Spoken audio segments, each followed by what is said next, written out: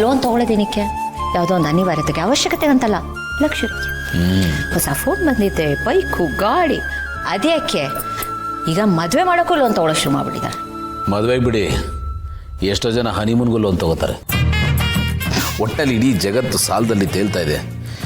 ಅಲ್ಲ, ಇಷ್ಟೊಂದೆಲ್ಲ ಸಾಲ ಮಾಡಿಬಿಟ್ಟು ಅದೇ ನೆಮ್ಮದಿಯಾಗಿ ನಿದ್ದೆ ಮಾಡ್ತಾರ, ನನಗಂತೂ ಅರ್ಥ ಆಗಲ್ಲಪ್ಪ. ಸ್ವರ್ಗನ ಸೇಲ್ ಮಾಡ್ತಿದ್ದೀವಿ ಅಂತ ಭ್ರಮೆ ಹೊಡಿಸಿ ನರ್ಕನ ಸೃಷ್ಟಿ ಮಾಡ್ತಿದ್ದಾರೆ. ಏನೂ ಮಾಡೋಕ್ಕಾಗಲ್ಲ.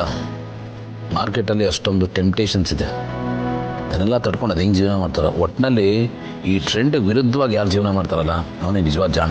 ಬಟ್ ಹಾಗಾಗೋದಕ್ಕೆ ನಮ್ಮಲ್ಲಿ ಫೈನಾನ್ಷಿಯಲ್ ಎಜುಕೇಷನ್ಗೆ ಒತ್ತು ಕೊಡಬೇಕು.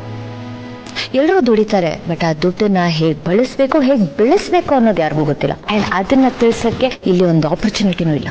ಕರೆಕ್ಟ್. ವಿದ್ಯೆ ಇದೆ, ಬುದ್ಧಿ ಕಡಿಮೆ. ಟ್ರೂ. ನಾನು ಆ ವಿಚಾರದಲ್ಲಿ ಸೇಫಪ್ಪ. ಆಲ್ರೌಂಡರ್ ಥರ ನೀವು ಸಿಕ್ಕಿದ್ದೀರಾ. You are my lucky wife. ಸಾಕು. ಇದೆಲ್ಲ ಮಿಡಲ್ ಕ್ಲಾಸ್ ಮೆಂಟಾಲಿಟಿ.